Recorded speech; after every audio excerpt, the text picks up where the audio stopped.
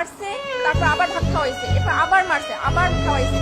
এটা কোন মানে ইসে আছে?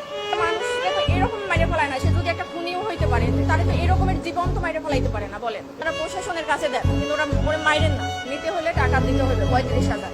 35,000 টাকা দিয়ে ছাড়াই নেন, নাহলে আমরা ওরা ছাড়বো না, ওরা আরো মারবো। ফ্যামিলির কেউই নাই একটা মানুষের। আমার আপনার কি যদি এরকম থাকতাম, তা আমরাও একই পথের প্রতীক হইতাম। যে মা বাবা ভাই বোন কেউই নাই। মূলত 11টার দিকে আমার বাবাকে ফোন দেওয়া হয়েছে, রাত 11টার সময় ফোন দেওয়া হয়েছে, আপনি কি তোফাজ্জেলের মামা? তখন আমার আপা ধরছে যে তখন বলছে যে তোফাজ্জেল এরকমের আমরা ওরে আটকাইছি, এই হলে আছে, এখানে এখন ওকে মানে নিতে হলে টাকা দিতে হবে 35,000। 35,000 টাকা দিয়ে ছাড়াই নেন, নাহলে আমরা ওরা ছাড়বো না, ওরা আরো মারবো। তখন আমার আব্বা বললো যে আমি তো গ্রামের বাড়িতে, আমি কিভাবে করবো। তখন আমার আব্বা আমাকে ফোন দিছে যে তুমি একটু কথা বলো, তোমার জন্য নাকি এরকমের মানে উনি ওর বলে এরকমের কথাবার্তা অসম্মতি পাইছে, এই জন্য ওরে ধরছে, ওইরা ওরে মারতেছে। তখন আমি ওই লোককে ফোন দিছি যে ভাই এরকম আমি তো ফাজ্জেলের মামা, তো ওরা ওরে কেন মারতেছে? তো বলতেছে যে ও আমাদের হলে ঢুকছে বা ই করছে। তা আমি বলছি যে ভাই দেখেন, ও পাগল মানুষ, ও যদি কোনো একটা অন্যায় করতে করে তাহলে আপনারা প্রশাসনের কাছে দেন, কিন্তু ওরা ওরে মাইরেন না।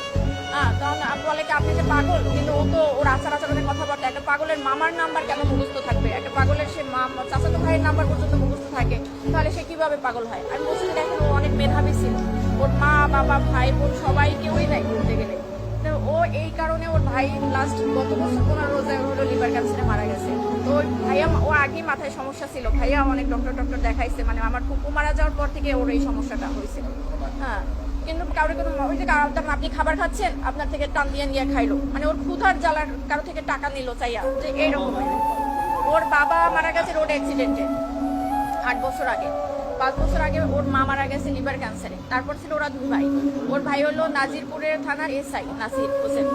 তখন উনি গত বছর মানে পহেলা রোজায় ধরা পড়ছে ক্যান্সার, উনি 15 রোজায় মারা গেছে। ওর ভাই মারা যাওয়ার পরে হলো ও একদম রাস্তার উন্মাদ পাগল হয়ে গেছিল।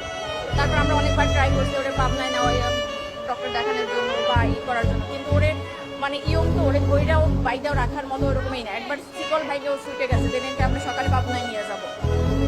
এখন কালকের এই অবস্থা। পরে হলো ওই লোক, আমি ফোন দিচ্ছি পর উনিও আমাকে সেম একই কথা বলছে, যে মানুষটা 4 বছর আগে থেকে পাগল, সে কিভাবে রাজনীতি করবে আর দলীয় বলতে কি? ও তো নিজের মানে পরনের কাপড়েও মাঝে মাঝে থাকতো না, তাহলে সে দলীয় করবে কি?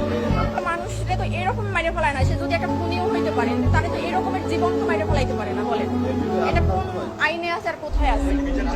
অবশ্যই চাই একদম, মানে সঠিক যে মারছে তার একদম মানে সেই সর্বোচ্চ মানে আইনের সর্বোচ্চ ব্যবস্থা নিতে হবে। কারণ ওর গার্জিয়ান নাই, সেই জন্য একটা মানুষ, অসহায় মানুষরা তো এরকম মারতে পারে না। একটা কুকুরেও তো মারতে পারে না, এরকম মারতে মারতে মারিয়ে ফেলাইতে পারে না। মারছে, তারপর আবার ভাত খাওয়াইছে, এরপর আবার মারছে, আবার খাওয়াইছে। তো এটা কোন মানে ইসে আছে? সে যদি কোনো একটা অন্যায় করতে পারে বা ওরা কথার অসঙ্গতি দেখায়, তো তারা সন্দেহ করছে, তাহলে তাকে থানায় দিয়ে দিত। তারে 3-4 ঘন্টা মাইরা তারপর আবার থানায় মানে একটা হসপিটালে ভর্তি করায় নাই, তাকে